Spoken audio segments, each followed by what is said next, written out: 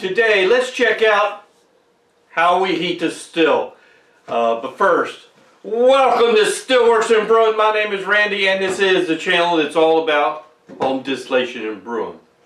Okay, so I've been asked many times about heating my still.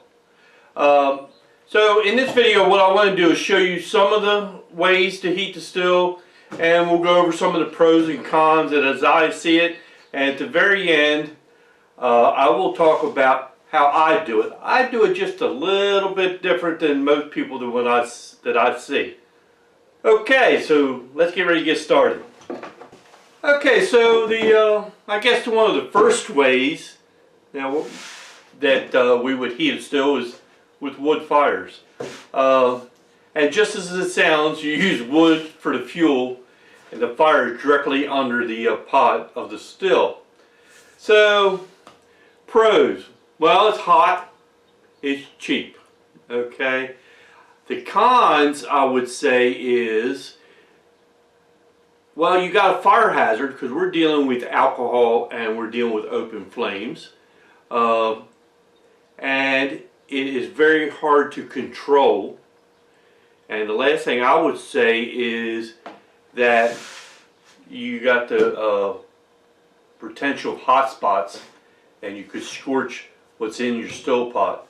And like I've said before, you scorch, I don't think you can get that taste out of that. Okay? So now the next, propane. That's more of a modern thing. Propane works very well, and it's relatively very easy to get. The pros of that is it's easier to control. I can turn a valve, turn the flame up, heat up, turn the valve, the flame down, turn the heat down. It's relatively low in cost, and it's real hot. Okay?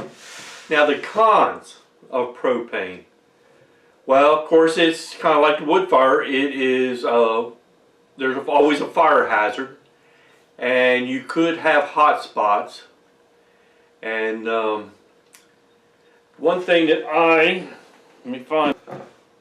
one of the things that I do to help with the hot spots is I use a diffuser plate that I made, and all it is a piece of 1/4-inch steel plate, and it fits right over top of the propane burner. And what it will do is the burner will get this hot, and then this gets the bottom of the still pot hot, and it transfers the heat. I found in this method I haven't had a scorch since I started doing this. The only withdrawal or problem with this is when I turn the heat back with the gas, the propane gas, this plate will stay hot for a few minutes. So you just kind of, it will still keep transferring heat. It won't go automatically down. But overall, I cannot complain about this at all. Alright, okay, so the next way that we heat the still pot is with electric, of course.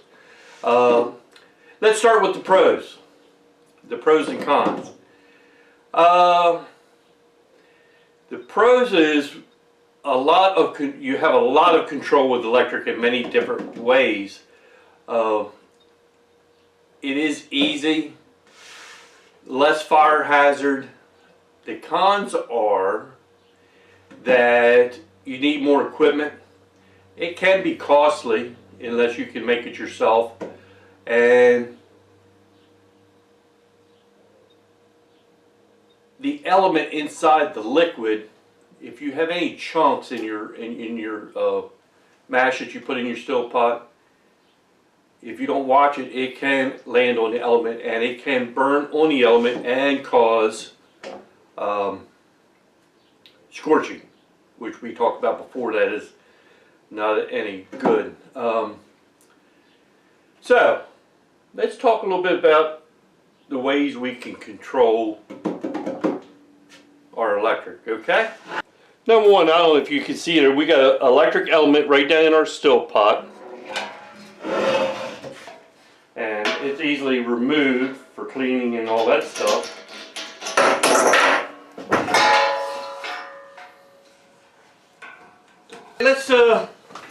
Let's talk about some of these options with electric heating, because there is a lot of options. Okay, like I said before, here's the heating element out of my still pot. It goes right in the liquid. So, could you just plug it up and unplug it, plug it up and unplug it? Well, you could. Would not advise it, because that would be 100% on, 100% off, 100% on. I wouldn't advise that at all. Okay.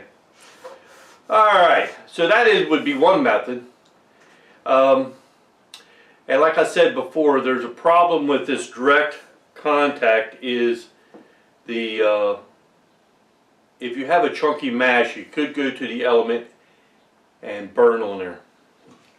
And once, like I said before, you just can't get rid of it. So alright, the first option I say we got is a PID switch. Okay, this is a PID switch I made, and basically, and I'm going to just give you the very, very short answer of a PID. You dial in the temperature you want. You put a temperature probe in the top of your column, and it will tell the PID, hey, you need to come on, you need to go off. And the PID, like I said, the very short answer, it will try to figure out how much power to put to the heating element. Because basically all you do is you're going to plug your heating element into a plug, and then this will be plugged into a current. Okay, so it's going to try to find a path to regulate the heat to maintain what you've got. That is the very, very, very, very short answer how a PID switch works. There is plenty of videos out there on more in depth on that, and so I am not a big giant fan of the PID switch. A lot of people love them. A lot of people use them all the time and have no problems with them. I think George over at Barley Hops, he loved them. But just for me, my opinion, I'm not in love. Okay? So, that's the PID switch. Alright, so, next. And this is what I use all the time. This is the PWM switch. Pulse width modifier. Okay, you plug it into a power outlet. I plug my heating element into this. I can turn it on, and I got a volt and a amp meter here, and it's just kind of like your stove. You know, you turn it up, hotter it gets, you turn it down, cooler it gets. So I got the amp gauge here just because I can see how many amps I'm putting into the heating element. Okay, and it works very, very well. To me, it's just like your stove. Like I said before, it's your stove. So I think it's very easy to control. So I do like this a lot. I use this 99.9% of the time. Okay. Okay. I mean, that is the direct in the direct contact heating element in the liquid. There is a couple other options you've got, a little bit out of my price range, but you got the oil jacketed. So you got a still that's the pot's within another pot, and they fill with like an oil around that, and then they heat the oil to whatever temperature you want, and that is what actually heats your mash that you put in it. So it's to help with scorching, okay? And then you got the steam jacketed, and that's done in many different ways. Either they put steam pots in, or steam piping in the bottom of the still, or they use a jacket around the still and put steam around there to heat the mash. Like I said, that's not in my wheelhouse, okay? Alright, Now, here's how a lot of people ask me, how I do it. And like I said, I do mine just a little bit different. Most of the people I see do it one or other. I use like a combination of the gas and the electric. Okay, and I found in my case it works pretty nice for me. I mean, everybody's different. Everybody's going to do it their own way, and everybody, most of the time, always has a great end result. Okay, so what I will do is I got my propane flame. I put my diffuser plate over the flame. Then I put my still on top of my diffuser plate, and I'll put the mash in the pot. Then I'll put fire up underneath of the pot, under the diffuser plate. So with that, I don't risk any hot spots in the still. Okay, that is fantastic. So then at the same time, I'm using my heating element with the pulse width modifier switch hooked to it, but I don't turn it up real high. I think that's part of the problem people will have is they'll turn this up real high. They're putting a lot of energy into the heating element, and then what could happen is you could have a problem with scorching. Been there, done that. Okay, so what I end up doing, I got the flame underneath. I got a medium current going to my heating element. So what's happening is the liquid starts moving. Okay, and so you got the heat underneath, and the liquid in the pot is starting to move. So nothing is directly. Then it starts moving around the heating element. So everything is moving, and this really helps with the scorching. And since I started doing it this way, I've had zero problems. Okay, and so once you get the heat moving, you watch your temperatures coming up.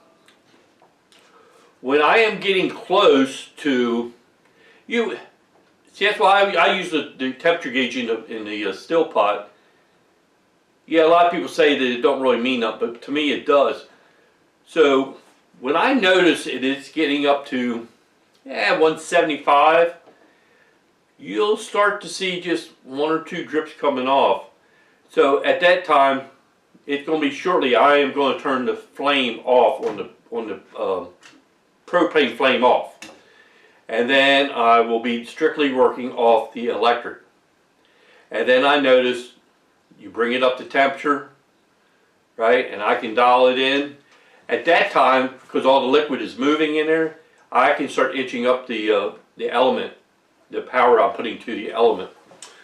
So after that, what I do is I run the still by the drip, not temperature. I watch the drip.